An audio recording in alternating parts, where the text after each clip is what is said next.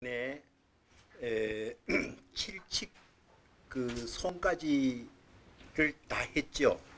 그래서 이 팔칙으로 넘어 가야 되는데 그 전에 우리가 늘 하듯이 지난번에 걸 조금 정리하고 들어가겠습니다. 칠칙에 근데 보니까 뒷날 그 칠칙에 우리 교재로 보면은 법안이 해초에게 부처를 묻다, 이 제목이 잘못됐더라고요. 나중에 보니 이게 반대로 해초가 법안에게 부처를 묻다지요. 이걸 반대로 해놨어요. 그러니까 법안이 선생님이고 제자벌이 해초 아니에요. 그러니까 해초가 그 내용 본칙에 보면은 나오잖아요. 저 89페이지 보면 그 승문 법안, 어느 승려가 스님이 법안에게 물었다. 저 해초가 화상에게 뭘 여쭙겠습니다. 무엇이 부처입니까? 해초가 법안에게 물었잖아요. 제목은 반대로 해놨잖아요. 법안이 해초에게 부처를 묻다고 일어났잖아요. 해초가 법안에게 부처를 묻다. 내 책은 아닌데. 그래요? 내 책은 옛날에 오래전에 책이, 제 책은 법안이 해초에게 묻다. 이거는 분위기 틀렸는데 이렇게. 여러분 맞구나. 이 수준. 또 그런 거고요. 그 다음에 여기에 다시 이 본칙의 질문을 다시 한번 봅시다. 무엇이 부처입니까? 이렇게 물었잖아요. 물으니까 법안 스님이 해초에게 뭐라고 얘기했어요? 내가 해초로구나. 그랬단 말이에요. 그 답에 대해서 제가 그때 여러분에게 뭐라고 들었는지 기억하세요? 왜 이렇게 대답했냐 이 말이에요. 이 강의가 여기 현장에 오셔도 제가 첫 강의부터 지금까지 쭉 이 선이 우리 상식적인 논리와 언어로 보면은 전부 황당하고 말이 안 되는 소리예요. 그 이유를 제가 일찍 설명할 때부터, 배경 설명할 때부터 여러 했잖아요. 그거는 근본적으로 말씀을 드리면은 이런 거예요. 우리의 뇌, 다시 말해 우리의 인간의 정신, 뭔가 이 뇌에서 외부의 정보를 받아들이고 처리를 하잖아요. 그죠? 그게 우리는 전통적으로 이걸 마음이라고 해요. 요즘 말하면 뇌의 정보 처리예요. 그렇죠? 그죠? 그걸 우리는 마음이래요. 근데 그 정보 처리, 마음을 어떻게 굴러가게 하느냐. 여기에 인류의 진화 과정 속에서 아주 획기적인 어떤 변화가 일어났다. 뇌가 외부로부터 뭔가 보고 듣고 뭔가 움직이고 이런 걸 받아들여 가지고 우리가 거기에 합당한 상황에 인간이 살아가기 위해서 어떤 대처를 하는데 그 정보를 우리가 적절하게 내가 행동을 하기 위해서 정보 처리를 해야 돼요. 도망가거나 피하거나 해야 되잖아요. 그러니까 우리가 이 감각 보고 듣고 하는 것 가지고 할 수 있었는데 여기에 굉장히 한계가 있었는데 이게 인간이 외부 상황에 적응하는 과정에서 획기적인 발명, 인류 최대의 발명품을 만들었어요. 그게 뭐예요? 뇌의 정보 처리를 효과적으로 하는 것이 여기 정보 처리 미디어를 속에 집어넣었단 말이에요. 그게 뭐라고 그랬어요? 그게 언어라고 그랬잖아요. 이 언어라는 수단을 우리 뇌에 입력시키고 다음 그 프로그램을 입력시키는 거예요. 프로그램에 입력시킨 다음에 그 언어라는 프로그램 수단을 통해서 정보를 처리를 해요.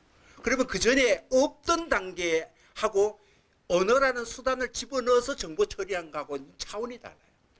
우리가 만약 언어가 없다면은 그냥 짐승이 움직이고 짐승이 도망가고 하면은 이게 뭐 반복하면 우리가 습득을 하면서 다음에 또 하지만은 다른 우리가 경험하지 않는 것에 대해서 우리가 대처 못 하잖아요.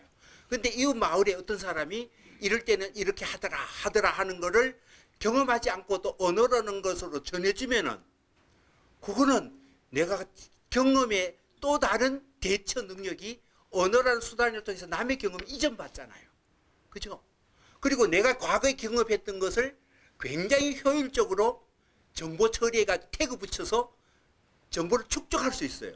그러니까 학습과 지식 능력이 있으니까 그 다음에 굉장히 그 능력 때문에 우리는 사람과 사람의 힘을 모을 수도 있고 과거 정보 처리한 것을 아주 효과적으로 그걸 계속 키핑했다가 새로운 정보도 대응할 수도 있고 그러니까 인간의 역량이 힘의 결집뿐만 아니라 경험을 축적하고 기억하고 함으로써 외부의 정보 처리인데 엄청나게 효과를 보였어요. 그게 인류 진화에서 획기적인 발전이에요.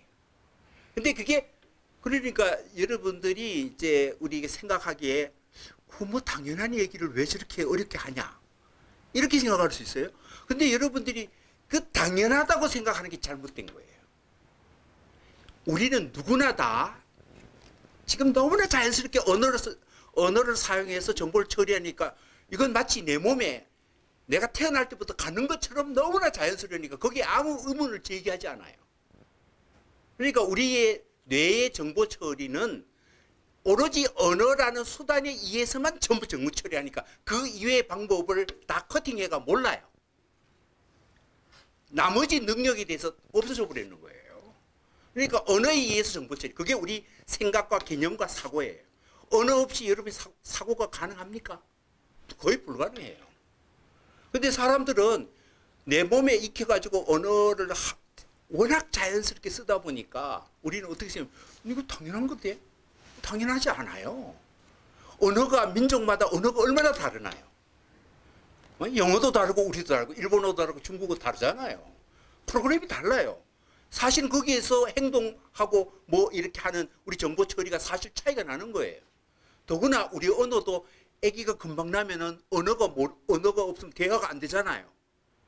제로베이스 시스템에서 언어 입력 안 됐어요 그때. 그렇지만 애는 행동 젖먹을 수도 있고 아장아장 걸 수도 있어요. 그런데 말을 배우고 난 다음에 이놈이 이제 대화도 되고 행동이 완전히 달라요. 그때부터 본격적으로 정보 처리 능력이 획기적으로 발달하니까 우리 인간처럼 되는 거예요. 그러니까 우리는 이런 사실에 대해서 기억을 잘 못하는 거예요. 여기도 그런데 언어는 그게 언어 가지고 우리 뇌를 정보 처리를 하는데 너무나 익숙하게가 우리 뇌라는 건 언어적 정보 처리하고 분리해야 분리될 수 없을 만큼 밀착되어 있어요. 당연한 것으로 생각하는 거예요. 그런데 그게 이제 외부에 대한 내 정보 처리에 굉장히 효율적이고 실제로 적응력을 잘해요. 그리고 인간과 인간끼리 힘을 결집할 수 있으니까 인류란 종이 다른 종족을 훨씬 더 능화할 수 있는 압도적인 힘을 가지게 됐어요. 이제 그런 능력이 있단 말이에요. 그런데 이 언어가 이렇게 효율적이지만 한편 우리 뇌의 기능과 역할을 한쪽으로 몰빵시켜가지고 다른 기능을 다 그다음 사용하지 않아요. 그 언어만 가지고 정보를 처리하다 보니까 근데 그 언어라는 거는 그때그때 임의적인 거거든요. 근데 언어를 처리해버리면 우리가 어떤 것에 다양한 정보를 하나의 언어 속에 묶어가지고 픽스를 했기 때문에 사실은 같은 용어를 쓰더라도 상황은 다른데 그냥 덮어 씌워가지고 정리를 해도 그냥 문제가 없어요. 그러니까 언어 때문에 우리는 뭔가 하나의 이상적인 것, 실체적인 것, 고정적인 것을 항상 생각해야 돼요. 그러니까 마치 없는 것도 있는 것처럼 되고 영원한 것처럼 되고 절대적인 것처럼 기준을 자꾸 세우는 거예요. 언어가 없으면 그런 게 안 되는데 언어 때문에 다양한 상황을 하나의 개념, 즉 정의를 내려가 규정화시켜 버리는 거예요. 이러니까 효율적이긴 하지만 그것이 실제하고 안 맞는 거예요. 뭔가 우리가 언어로서 처리하는 순간에 이걸 실체화시키고 고정적인 거로 항상 생각하는 거예요. 여기에 우리가 문제가 생겼단 말이에요. 그러니까 우리가 언어를 가지고 하면은 실제 다른데 옛날에 생각하던 그 개념으로 동일하도록 원하는데 실제로 상황이 달라요. 근데 동일해야 되는데 왜 동일하지 않지? 그러니까 안쪽에서 내 마음속에 정보 처리에 밸런스가 깨지는 거예요. 그게 속이 답답한 거예요. 그런 게 갈등이에요. 고통이에요.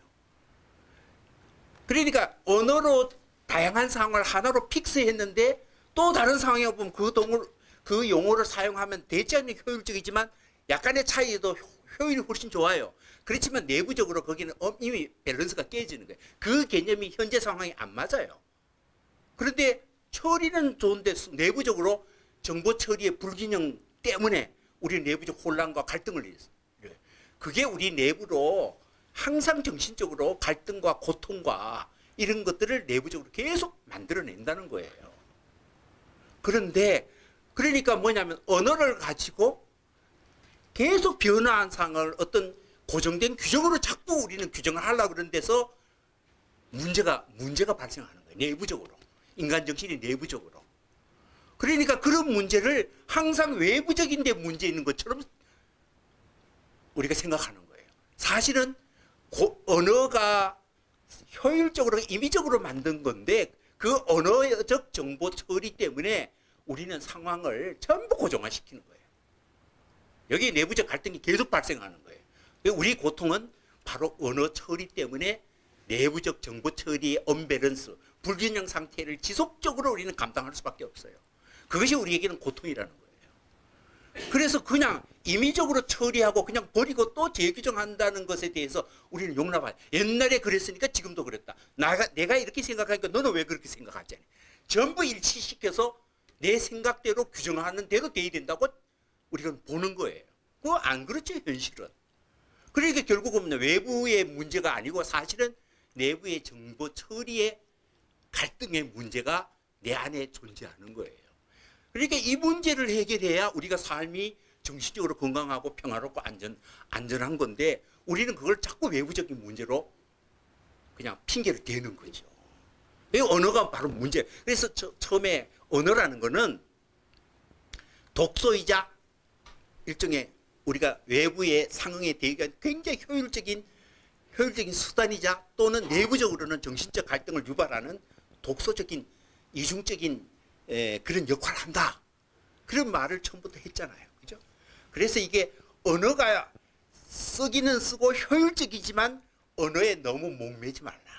언어에 너무 집착하지 말라. 언어는 임의적으로 사용하고 그냥 버릴 정도 유연성을 우리가 가져라.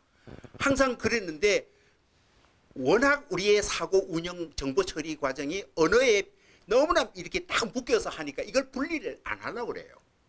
그러니까 인간의 정신, 뇌의 정신의 능력은 언어적 정보 처리보다 더 역할이 실제 더 있는데 그걸 한쪽으로만 전부라고 해요. 우리는 사고와 논리성이 안 맞으면 말이 안 된다고 보죠. 이게 언어적인 역할을 매우 제한적으로 고정화시켜놓는 거예요. 그래서 그걸 틔우고 그보다 더 넓은 인간 본연의 원래 갖고 있는 능력이 이 언어 때문에 발생한 문제를 스스로 해결할 수 있는 능력이 우리한테 갖춰져 있단 말이에요. 그걸 우리는 깨달음이라고 그래요. 그 깨달음이 능력이 언어를 적대시하는 게 아니고 언어가 갖고 있는 문제를 스스로 약화시켜가면서 효율적으로 사용하면 된다 이 말이죠. 그래서 지금 다시 이제 이런 전제를 수없이 반복했는데 이게 또 치게 가면 또 우리가 현실적인 우리 정보 처리 방법에 그 관행에 또 묻어 있으면은 또 이래 무슨 그 문제 즉 언어적 정보 처리의 한계가 또 탁 나오면 그걸 해결하는 어떤 지금 그 선의 어떤 화두가 떡 던져져요. 그 화두가 던져지는 건 항상 뭐예요? 우리가 외부적 정보 처리의 언어적 정보 처리의 한계 문제를 꼭 깨뜨리고 지적하고 그걸 개선하는 문제를 항상 제기하는 게 화두예요. 그런데 말과 말의 언어적 정보 처리 보면 말이 안 되는 소리를 또 나온단 말이에요. 그럼 다시 또 황당해지는 거죠. 이제 그게 여러분들이 계속 반복되는 거예요. 그래서 다시 이제 이걸 기초로 깔고 무엇이 부처입니까? 라고 물었어요. 자, 이 무엇이 부처입니까? 라고 묻는 이 질문이 그러면은 거기에 우리가 보통 어때? 아, 부처란 깨달은 자다. 자과 깨달음이 뭐 체험은 관계없이 언어적 정의를 내려요. 깨달은 자, 자과 깨달은 자. 이렇게 했는데 그 깨달은 게 뭐지? 그러면 깨달음이 뭐예요? 그러면 또 언어적 정보 처리를 또 해요. 뭔가 정의를 내야 돼. 고정적인 정의. 그런데 우리가 언어적 정보를 계속 우리가 받는다고 해도 내인데 달라질 한 개도 없어요. 여전히 그게 뭔지 몰라요. 다시 말하면은 무엇이 부처입니까? 라는 것에 대해서 부처란 존재는 부처란 이러이러한 것이다 라고 정의를 내렸다고 칩시다. 그럼 우리가 그걸 이해를 하죠.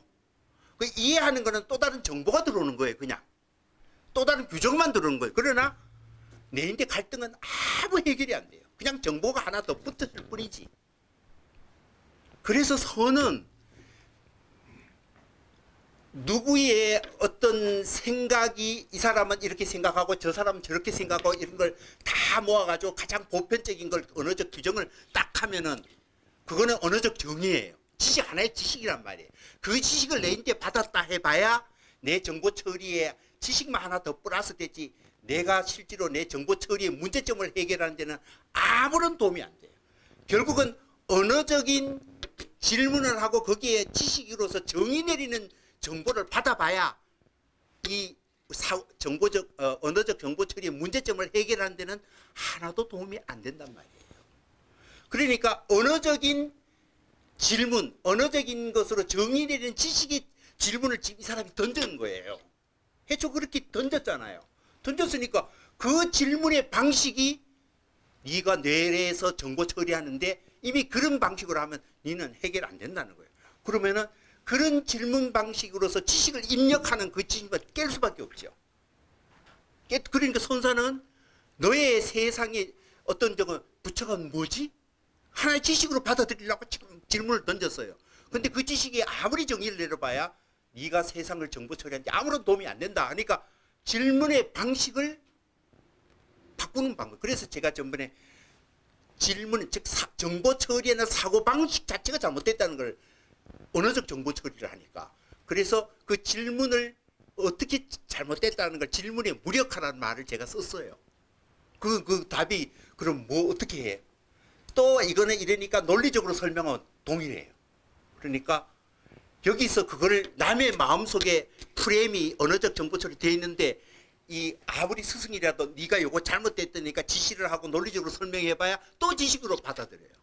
그러면 또 동일한 반복이죠. 그게 해결이 안 돼요. 그러면 할 수 있는 건 뭐예요? 너희가 정보 처리하는 것과 다르게 그걸 해체하면서도 즉 아까 말한 마음의 다른 능력, 깨달음의 언어적 정보 처리 없이 세상을 받아들이는 내가 갖고 있는 내 마인드의 깨달음의 정보 처리 방식을 내가 보여주는 방법밖에 없어요. 그러니까 네가 틀렸다고 지적해야 남의 마음을 어떻게 바꿀 수는 없잖아요. 스승은 그러면 부처의 마음을 왜냐하면 가르치는 사람은 지 마음이니까 자기만 할 수 있어요. 남의 마음을 고치거나 바꿀 수는 없어요. 우리가. 남의 마음 어떻게 바꿉니까? 우리가 정보로서는 주고받고는 할 수 있어요. 그러나 정보 처리의 사고방식 하는 그거를 내가 정보 처리 방식으로 정보 처리 방식의 문제점을 고칠 방법은 없어요. 그러니까 선사들은 뭐예요? 항상 뭐냐면은 그 질문이 뭔지를 알고 부처가 이렇다라는 부처의 마음을 보여주는 방법이 없어요. 부처는 뭐냐? 부처는 이러이러 그런 게 이러이러하다라고 말하는 게 아니라 내가 볼 이 순간에 부처의 마음은 내가 딱 보니까 너는 부처 네가 바로 해초로구나. 그게 부처의 마음을 보여주는 거예요. 그 질문하고 아무 관계없이 그냥 내 앞에 나타나는 것으로 내가 언어를 그냥 내 마음이 언어에 묶여있지 않고 바라보는 그대로 이 해초네. 그래 말하는 그게 법안 스님이 그 질문에 휘말려가지고 정보 처리해서 그게 아니야 이런 거야 라고 설명하는 게 아니에요. 그 질문을 완전히 뛰어넘어서 그 질문이 오더라도 내 마음의 자유로움은 그 질문에 묶여지 않고 이 해초래 이렇게 질문을 비켜나면서 그 질문에 얽매이지 않는 자신의 부처가 된 깨달음의 마음을 그대로 보여주는 거. 내가 보기엔 니 그냥 해초네 이렇게 말하는 거예요. 그걸 가지고 뭐냐면 내가 원래 이미 부처인데 내보고 해초로구나. 그 해초가 부처가 된 사람이 또 부처를 찾는구나. 우리는 그렇게 해석해요. 그게 언어적 정보 처리 아니에요. 그렇게 우리가 해석하면은 처음부터 잘못된 거예요. 우리가 언어적 정보, 지식으로 받아들이고 문제를 해결하는 것이 우리가 세상을 살아갈 때 얼마나 내부적으로 고통을 만드는 걸 지금 다 알고 있는데 거기에 부처라는 말을 썼기 때문에 지식을 찾는 그 질문이 정당화되는 게 아니에요. 그 사람이 부처를 찾든 뭐를 찾든 또 다른 지식을 요구하는 거예요.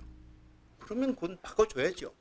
그 바꿔주는 방법, 남의 마음을 못 갖추니까 자신이 깨달은 마음을 그대로 표현하는 방법 보고 네가 알려면 알고 모르면 알 수 없는 거고. 그 대체로 이렇게 무르익은 사람은 그 대답을 보고 아, 내가 부처를 찾는 이 사고 처리, 지식을 얻으려고 하는 내 마음이 아이고 저렇게 자유로운 마음을 저렇게 그 마음을 비교하면 자유롭게 어느 순간순간에 툭툭 보여주는구나. 아, 내 질문 방식이 잘못됐어. 그렇게 느끼면은 조금 나아지는 거죠. 그래서 깨달음이 무르익으면 탁 뛰어가는 거고. 지금 그 칙을 말하는 거예요. 여전히 어렵죠. 그러나 이런 그 선이 우리가 전혀 세상을 정보 처리하는 방식하고 다르다는 거예요. 어떻게 우리가 일방적으로 세상을 정보 처리하는 일방적 관행을 너무 절대시하고 그것만이 전부라고 생각하는 사고방식 속에 우리가 매일매일 사물하고 관계 안 한 우리는 삶의 방식이 힘들 수밖에 없는 거예요. 언어라는 게 매우 유용하긴 하지만 그 언어를 가지고 세상의 정보를 처리하는 게 이렇게 힘겹다는 거예요. 그걸 어떻게 비켰느냐. 이걸 가르쳐가지고 정보 처리의 교육으로서 고칠 방법은 없어요. 그러니까 그런 질문 오면은 그 질문의 프레임에 끌려가지 않고 포획되지 않고 비껴나서 자유로운 마음을 보여주는 거 없어요. 거기에 무슨 재해석이 가고 의미하고 그것도 지식 정보 처리. 아, 원래 해초가 네가 부처인데 부처가 부처를 찾는 건 말이 안 되잖아. 그걸 지시하는 말이야. 그게 우리들의 일반적 해석이에요. 그거는 여전히 지식으로 해석하는 거예요. 그래서 뒤에 시에 송의 시에 뭐라고 이야기하면 이 해초는 그 얘기를 듣고 드디어 뛰어넘어가요. 그래서 3단계 용을 한번 올라갔는데 이걸 해석하는 우리들은 아직도 밤에 열심히 몸무게가 언어적 점 이 의미가 무엇일까 하고 머리 굴리게 열심히 한다는 거예요. 그게 송에 나온 시. 송 다시 한번 시 한번 보세요. 처음에 강국춘풍 취불기 자고제제 심하리 삼급 낭고 어화룡 3급 이게 3단계의 이 그 용문의 물길이 3단계 폭포로 되어 있잖아요. 그러니까 뛰어난 물고기는 이 3단계 폭포를 넘어가지고 물고기가 용이 됐는데 이거는 지금 해초가 법안스님으로부터 자기가 깨달음을 얻게 된 걸 말하는 거예요.